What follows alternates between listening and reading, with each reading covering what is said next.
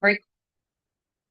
So I am continuing my series on the covenants of God, and this particular video we're going to look at the Davidic covenant. Of course, that means the covenant that God made with David, King David of Israel. We have looked already at the covenant with Adam, the covenant with Noah, the covenant with Abraham, and the covenant with Moses. And now we, jump ahead to the covenant that God made with David. So let's take a look at that. Right. So God's covenant with David. So again, just very, very quickly, what is a covenant? A covenant is a sacred agreement that God makes with humanity. He may deliver it to a particular individual, but all of the covenants obviously have a kind of a transcendent effect. They have an effect on all the descendants of the individual, or really, in essence, the entire world, one way or another. It's more than what we would consider to be a contract or an agreement. It's a solemn God-initiated agreement that establishes a lasting relationship between God, the Creator, and His people, which emphasizes a divine commitment rather than mutual obligations alone. And of course, the first three covenants that we looked at were one-sided, unilateral, where God was promising something without expecting anything particular in return. The last one we looked at, which was the Mosaic covenant, the covenant that was delivered to Moses on Mount Sinai and in the law, was a mutual agreement. If you will do this, if you will obey, then I, God, will do this.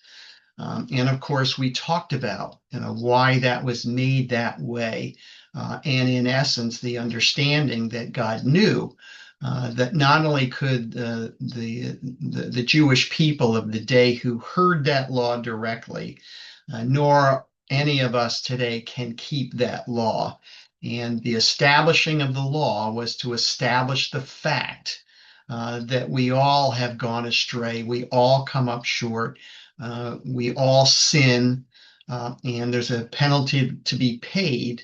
But if you will embrace the fact, embrace what Jesus did on the cross, it's been paid for already. And that's what the purpose of the law was, to show to us, to prove to us, um, to reveal to us that we are in need of being saved by someone else. We cannot, we cannot keep the law. We cannot perfectly obey God. So let's take a look at the Davidic covenant. So God promises David and his descendants an eternal kingdom, ultimately, of course, fulfilled by Jesus Christ, as we will see, and as you may know, of course. This covenant underscores God's faithfulness and the messianic hope for a righteous ruler from David's lineage. Okay, this is from 2 Samuel chapter 7, beginning verse 11. The Lord also declares to you, of course, this is to David, the Lord will make a house for you. When your days are complete and you lie down with your fathers, obviously when he passes away, I will raise up your descendant after you. This is a singular, your descendant, who will come forth from you, your son, basically, and I will establish his kingdom. He shall build a house for my name. And of course, we know this is Solomon he's talking about. And I will establish the throne of his kingdom, which of course is your kingdom, David, forever. I will be a father to him, and he will be a son to me. When he commits iniquity, I will correct him. Of course, we know Solomon strayed. I will correct him with the rod of men and the strokes of the sons of men, but my loving kindness shall not depart from him as I took it away from Saul, who, of course, was David's predecessor, whom I removed from before you. And here's the key verse. Your house and your kingdom shall endure before me forever. Your throne shall be established forever. So, in other words, the royal line of David will be an everlasting line of rulers. Now, how is that possible? Well, we see how that's possible when we come to the coming of Jesus Christ. So God promises David that his dynasty, his royal line, would last forever, ultimately pointing to a messianic king. And here we read in Luke chapter 1, in, of course, the New Testament. Now in the 6th month, the angel Gabriel was sent from God to a city in Galilee called Nazareth, to a virgin engaged to a man whose name was Joseph, of the descendants of David. So Joseph, if you didn't know it, he was a descendant of David. Joseph the carpenter was in the royal line of King David. And the virgin's name was Mary, and coming in, he said to her, "Greetings, favored one, the Lord is with you." But she was very perplexed at this statement and kept pondering what kind of salutation this was. The angel said to her, "Do not be afraid, Mary, for you have found favor with God. And behold, you will conceive in your womb and bear a son, and you shall name him Jesus. He will be great and will be called the Son of the Most High. And the Lord God will give him the throne of his father David, and he will reign over the house of Jacob forever, and his kingdom will have no end." Jesus is the fulfillment of the covenant that God made with David. He is this eternal king who obviously will sit on the throne of David and will do so forever. So I want to share with you a brief video, as I've done before, just to kind of sum up some of the teaching and understanding of this Davidic covenant. And then, of course, as before, I will add my own little summary as well. I'll answer your question. What is the Davidic Covenant? Then afterward, as always, I'll share some helpful resources, so stick around until the end.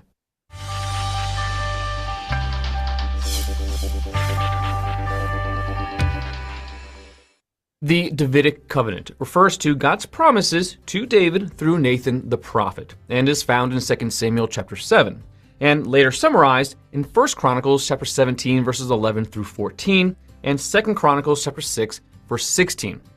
This is an unconditional covenant made between God and David, through which God promises David and Israel that the Messiah, Jesus Christ, would come from the lineage of David and the tribe of Judah, and would establish a kingdom that would endure forever. The Davidic covenant is unconditional because God does not place any conditions of obedience upon its fulfillment. The surety of the promises made rests solely on God's faithfulness and does not depend at all on David or Israel's obedience. The Davidic covenant centers on several key promises that are made to David. First, God reaffirms the promise of the land that he made in the first two covenants with Israel, the Abrahamic and Mosaic covenants. This promise is seen in 2 Samuel chapter 7, verse 10. "I will provide a place for my people Israel, and will plant them so that they can have a home of their own and no longer be disturbed. Wicked people will not oppress them anymore." Second, God promises that David's son will succeed him as king of Israel, and that this son, Solomon, would build the temple. This promise is seen in 2 Samuel chapter 7, verses 12 through 13. "I will raise up your offspring to succeed you, your own flesh and blood, and I will establish his kingdom. He is the one who will build a house for my name." But then the promise continues and expands. "I will establish the throne of his kingdom forever." Verse 13. "And your house and your kingdom will endure forever before me. Your throne will be established forever." Verse 16. What began as a promise that David's son Solomon would be blessed and build the temple turns into something different, the promise of an everlasting kingdom. Another son of David would rule forever and build a lasting house. This is a reference to the Messiah, Jesus Christ, called the Son of David in Matthew chapter 21, verse 9. The promise that David's house, kingdom, and throne will be established forever is significant because it shows that the Messiah will come from the lineage of David and that he will establish a kingdom from which he will reign. The covenant is summarized by the words house, promising a dynasty in the lineage of David, kingdom, referring to a people who are governed by a king, throne, emphasizing the authority of the king's rule, and forever, emphasizing the eternal and unconditional nature of this promise to David and Israel. Other references to the Davidic Covenant are found in Jeremiah, Isaiah, Luke, Acts, and Revelation. Want to learn more? Subscribe so you don't miss the next video. Visit GotQuestions.org for So as he said, the Davidic covenant is an unconditional covenant, a one-sided promise, if you will. It did not require anything from David in response. Unlike the Mosaic covenant from Moses, it wasn't a, if you do this, I will do this. This was a unilateral, one-sided covenant of God. And in it, he promises to establish a royal lineage that descends from David that will be eternal in some way. It also makes reference to David's immediate successor, which we of course know is Solomon.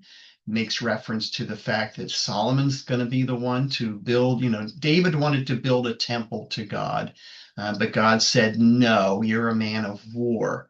But what he did say is your successor, your son, your flesh and blood, he will be the one to build me a temple. And then, of course, that is exactly what happened. And God, of course, promises to establish Solomon's kingdom, and that this kingdom, Solomon being a descendant from David, promising that indeed from David and Solomon, this royal lineage will be forever. It'll be eternal. He also promises specifically relative to Solomon. This is interesting, of course, that God is going to bless Solomon. He's going to have to correct him, but he will never forsake him. And he'll obviously, as I said, establish his kingdom. Of course, the kingdom had its glory, its height, actually under Solomon. Now, again, ultimately, we know that Jesus was a descendant of David. He was a descendant through the bloodline, and basically in two ways, through the bloodline of Mary. Mary was a descendant of David, but also Joseph was as well. Now, Joseph was not his biological father, but he was his adopted father, and Joseph was also a descendant of David in David's royal line. And so Jesus, through his mother and father, had a right to the throne, basically. And of course, Jesus was this fulfillment of the covenant that God made with David a millennia before it actually occurred. Jesus is this eternal king. He will sit on David's throne eternally. He will have an eternal kingdom, as the video I shared said. He will have a people, and so he will rule a kingdom. And so he is the fulfillment of the covenant God made with Abraham to bless all mankind through his descendant. So it fulfills the covenant to David in having an eternal throne. It also fulfills the covenant with Abraham, that all the nations would be blessed through Jesus. It fulfills the covenant of Abraham, or of Adam rather, because Jesus is the one who would crush the head of Satan when he paid for the sins of all who would embrace him, at least on the cross. So I hope this has been helpful to you, that it has given you maybe a more broad understanding as we kind of move along the line of these covenants, and of course, seeing how they are fulfilled in Jesus. We've got one more to go. We are going to look at the new covenant. Now, understand that another word for covenant is testament. So the law and all of these covenants that we've been looking at were in the Old Testament. They comprise, if you will, and the Mosaic law and the Mosaic covenant in particular is looked at and sometimes described as the Old Covenant. Again, we might call it the Old Testament. And now we're going to turn to the New Covenant, of course, another word, the New Testament. So we'll take a look at that next time. Hopefully, I hope you will look for that particular lesson. Thank you for watching this one. God bless you.